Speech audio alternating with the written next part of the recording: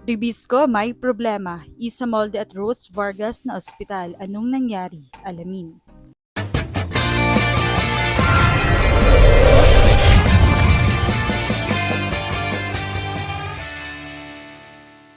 What's up, Volleyball Nation? Welcome back to my YouTube channel.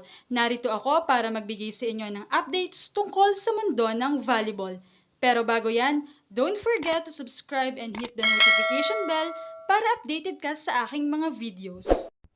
Marami na nga sa mga players ngayon ang nawawala pansamantala sa court para makapaglaro dahil sa mga injuries. Kadalasan ay dahil sa paglalaro mismo, ankle sprain, shoulder injury, ACL at iba pa. Subalit minsan may ilan ding mga problema sa kalusugan tulad na nga ni Kat Tolentino na dumanas ng appendicitis at vertigo. At ngayon, isa naman sa mga cool smashers ang wala rin sa lineup katulad ni Rose Vargas na nag-upload ng update tungkol sa kanyang kalagayan. Ayon sa kanyang messages to all the beautiful souls asking about me, thank you so much for your love and support while I'm here. I'll be back on my feet soon. Sa mga larawan ay tila may problema sa mata si Rose Vargas. Si Rose Vargas ay malaking bahagi ng Creamline Cool Smashers mula pa noong 2017 nang magsimula ang koponan sa PBL at nanatiling kasama sa roster hanggang ngayon, na higit na sa 8 years na isang top-level na professional club. Ito ay isang tanda ng kanyang matagal at tapat na serbisyo bilang manlalaro sa liga. Bilang outside hitter, hindi palaging starter ang kanyang position dahil sa dami ng malalakas na spikers ng Creamline. Nagbibigay siya ng depth at karanasan sa bench rotation at madalas na ginagamit ang kanyang kakayahan lalo na kapag kailangan ng suporta sa opensa at depensa. Kahit minsan hindi siya laging nangunguna sa scoring chart, nagagamit siya ng coach para sa key plays o para maibigay ang pahinga sa ibang starters.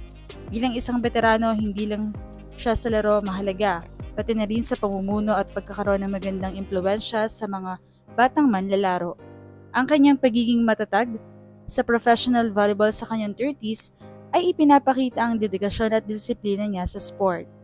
Samantala, si Isa Molde ay nasa proseso na rin ng pagpapagaling dahil sa kanyang sinapit na appendicitis at wala pang kasiguraduhan kung kailan siya makakabalik sa laro. Bagaman mayroon namang reliable at magdadala sa Flying Titans na sina Ea Laura at Cici Rendina, hindi pa rin matatawaran ang ambag ni Isa Molde dahil sa kanyang matatag na depensa kung saan ay nag-struggle din ng Choco Mucho sa kanilang games matapos mag-struggle si Ea at si Cici sa reception. Nagsuffer nga si Isa Molde ng appendicitis, kung saan kapareho rin ng kay Kat Tolentino. Matatandang si Kat Tolentino ay nagsuffer ng parehong sakit at kinailangang operahan. Halos 6 na buwan o hanggang 1 taon ang pagpapagaling nito. Kaya naman malamang ay matagal pang makakabalik si Isa Molde sa laro. Si Isa nga'y maituturing na isang masipag at maaasahang manlalaro na may malaking ambag sa kabuang takbo ng laro sa kanyang koponan.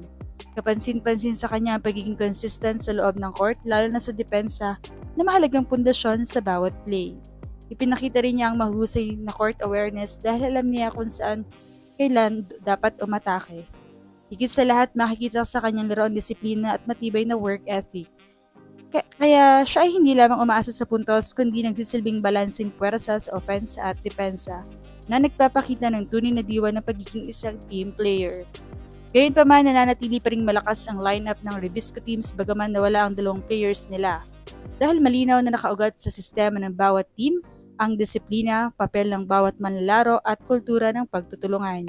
Ipinapakita nito na hindi lamang sa iisang player umiikot ang lakas ng Creamline at Choco Mucho, kundi sa lalim ng kanilang roster at sa kakayahan ng mga natitirang manlalaro na pamunuan ang iniwang papel ng mga ito.